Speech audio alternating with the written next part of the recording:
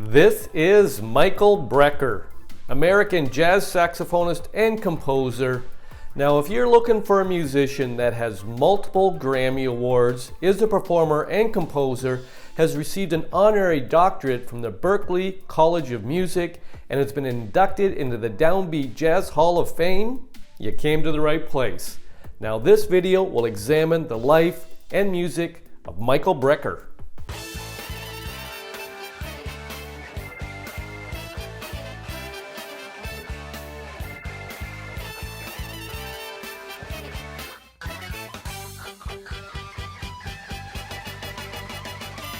Welcome back to my channel. Michael Leonard Brecker, born March 29, 1949, died January 13, 2007, was an American jazz saxophonist and composer. He was awarded 15 Grammy Awards as a performer and composer, received an honorary doctorate from Berklee College of Music in 2004, and was inducted into the DownBeat Jazz Hall of Fame in 2007. Brecker was born in Philadelphia and raised in the local suburb of Cheltenham Township, Pennsylvania. He was raised in a Jewish and artistic family. His father, Bob or Bobby, was a lawyer who played jazz piano, and his mother, Sylvia, was a portrait artist. Michael was exposed to jazz at an early age by his father. He began studying clarinet at age 6, then moved on to the alto saxophone in 8th grade, settling on the tenor saxophone as his primary instrument in his sophomore year of high school. He graduated from Cheltenham High School in 1967 and spent that summer at the Berklee College of Music in Boston. In fall 1967, he followed his older brother Randy to Indiana University in Bloomington, Indiana, where he formed a jazz rock group with trumpet player Randy Sankey and others called Miss Seaman's Sound Band, named after a dormitory official who disliked long-haired students. Mrs. Seaman's Sound Band were finalists in the competition at the spring 1968 Notre Dame Collegiate Jazz Festival, but were disqualified for their interpretation of the Doors song Light My Fire. The band also performed outdoors on campus in a benefit for presidential candidate Eugene McCarthy in that year's presidential election. Following that semester, the band accepted a management offer and moved to Chicago. During the fall 1968 semester at Indiana University, Brecker formed a trio which included the drummer from Mrs. Seaman's Sound Band and played gigs at a church basement club called The Owl. Some of that was recorded.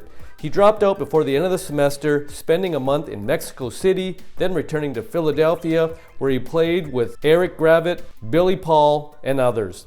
Brecker moved to New York City in 1969, where he carved out a niche for himself as a dynamic and exciting jazz soloist. He first made his mark at age 20 as a member of the jazz rock band Dreams, a band that included his older brother, trumpeter Randy Brecker, trombonist Barry Rogers, drummer Billy Coben, keyboardist Jeff Kent, and bassist Doug Lubin. Dreams was short-lived, lasting only from 1969 through 1972, but Miles Davis was seen at some gigs prior to his recording of Jack Johnson. Most of Brecker's early work is marked by an approach informed as much by rock guitar as by R&B saxophone. After Dreams, he worked with Horace Silver and then Billy Gobbin before once again teaming up with his brother Randy to form the Brecker Brothers. The band followed jazz-funk trends of the time, but with more attention to structured arrangements, a heavier backbeat, and a stronger rock influence. The band stayed together from 1975 to 1982 with consistent success and musicality. In 1977, he founded 7th Avenue South Jazz Club with his brother Randy. Brecker was in great demand as a soloist, sideman, and session musician. He performed with bands whose styles ranged from mainstream jazz to mainstream rock, although he appeared on nearly 900 albums, either as a band member or a guest soloist. He put his stamp on numerous pop and rock recordings as a soloist, including notable work by James Taylor and Paul Simon. Other sessions include albums with Steely Dan, Lou Reed, Donald Fagen, Dire Straits, Joni Mitchell, Mark Knopfler, Billy Joel, John Lennon, and others. Brecker also recorded or performed with many leading jazz musicians of his era, including Herbie Hancock, Chick Corea, Chet Baker, George Benson, Quincy Jones, Charles Mingus, Jaco Pastorius, Pat Metheny, Dave Brubeck, Roy Hargrove, Spyro Gyra, and many more. Brecker played tenor saxophone on 2 Billy Joel albums. In 1983, Brecker played on 3 tracks on the album An Innocent Man. The 3 tracks were Careless Talk, Tell Her About It, and Keeping the Faith. In 1986, he played on Big Man on Mulberry Street on the album The Bridge. During the early 1980s, he was also a member of the NBC Saturday Night Live band. Brecker can be seen in the background sporting sunglasses during Eddie Murphy's James Brown parody. After a stint co-leading the all-star group Steps Ahead with Mike Manieri, Brecker recorded a solo album in 1987. That debut album marked his return to a more traditional jazz setting, highlighting his compositional talent and featuring the iwi, electronic wind instrument, which Brecker had previously played with Steps Ahead. In 1987, he featured his new solo album at the JVC Newport Jazz Festival, incorporating the iwi. Brecker continued to record albums as a leader throughout the 1990s and 2000s, winning multiple Grammy Awards. He went on tour in 2001 with a collaborative group, Hancock, Brecker, Hargrove. This tour was dedicated to jazz pioneers John Coltrane and Miles Davis. Brecker played homage to Coltrane by performing Coltrane's signature piece, Naima. The concert CD from the tour, Directions in Music, live at Massey Hall 2002, won a Grammy in 2003. While performing at the Mount Fuji Jazz Festival in 2004, Brecker experienced a sharp pain in his back. Shortly thereafter, in 2005, he was diagnosed with the blood disorder MDS.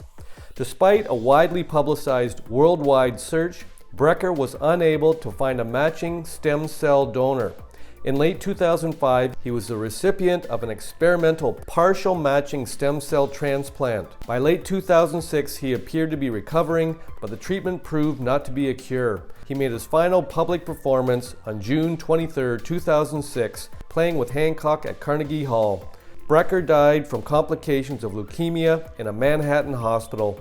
His funeral was held on January 15, 2007 in Hastings-on-Hudson, New York. On a personal note, the first time I heard Michael Brecker's playing was in 1980 on the album Sleeping Gypsy by American jazz vocalist Michael Franks. I had heard one previous Michael Franks album entitled Tiger in the Rain. I really enjoyed that Michael Franks album and was looking forward to this album Sleeping Gypsy.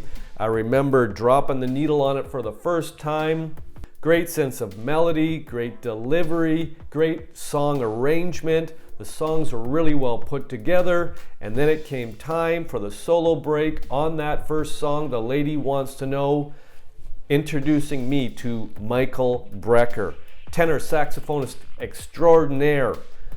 As I listened to that song, I, number one, fell in love with the tenor saxophone. I loved his sound and I loved his ideas.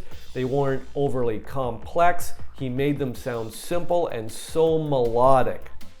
I think number two, what I learned from that album is to always surround yourself with great musicians. Michael Franks had Joe Sample on keys, Larry Carlton on guitar, David Sanborn on alto sax, and my new favorite, Michael Brecker on tenor saxophone. Third thing I learned from that recording was that a session musician, sideman, soloist can take a song to the next level. The Lady Wants to Know is a great song, but I believe that Michael Brecker and his saxophone took that song to the next level and made me love that song even more.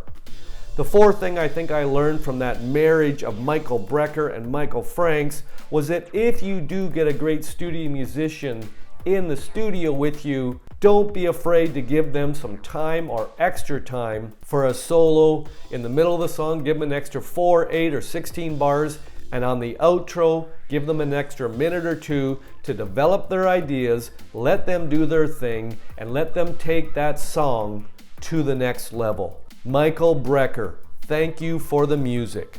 I hope you enjoyed this video on one of my favorite saxophonists of all time, Michael Brecker. Now, if you've got a band or musician you'd like featured on this YouTube channel, pop it in the comments section. I'll make another video. Thanks for dropping by. Rock on.